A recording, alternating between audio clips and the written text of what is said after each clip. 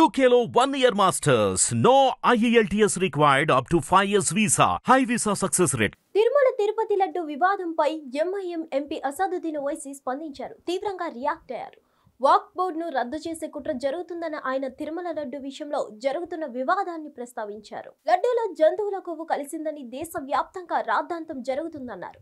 హిందువుల నమ్మకాన్ని తాము గౌరవిస్తామని, లడ్డూలో అలా జంతువుల కొవ్వు కలవడాన్ని తాము వ్యతిరేకిస్తామన్నారు.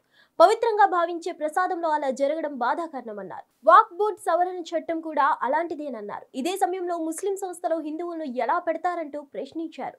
అదే సందర్భంగా తమ వాక్ బోర్డు ఆస్తులను లాక్కునేందుకు కేంద్రంలోని నరేంద్ర మోదీ ప్రభుత్వం ప్రయత్నిస్తుందని మండిపడ్డారు.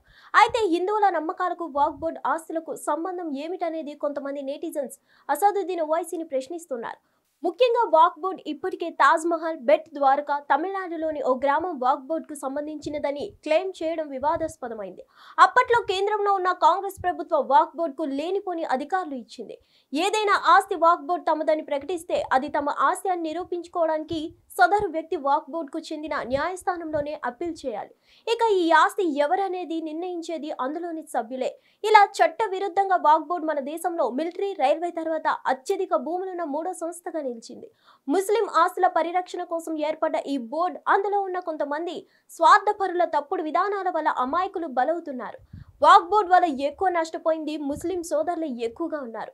దుర్మార్గమైన ఈ చట్టం రద్దు చేసేందుకు నరేంద్ర మోదీ ప్రభుత్వం ఇప్పటికైనా సంకల్పించడం మంచి పరిణామం అని చాలా మంది ముస్లిం సోదరులే చెప్తున్నారన్నారు. మరిన్ని అప్డేట్స్ కోసం stay tune to hit TV. Hit TV app ని డౌన్లోడ్ చేసుకోండి. ఇందులో short news, live news, entertainment movies అన్ని అవైలబుల్ గా ఉన్నాయి. Please download Hit TV app. Hit TV app hit TV యాప్ని ఫ్రీగా డౌన్లోడ్ చేసుకోండి.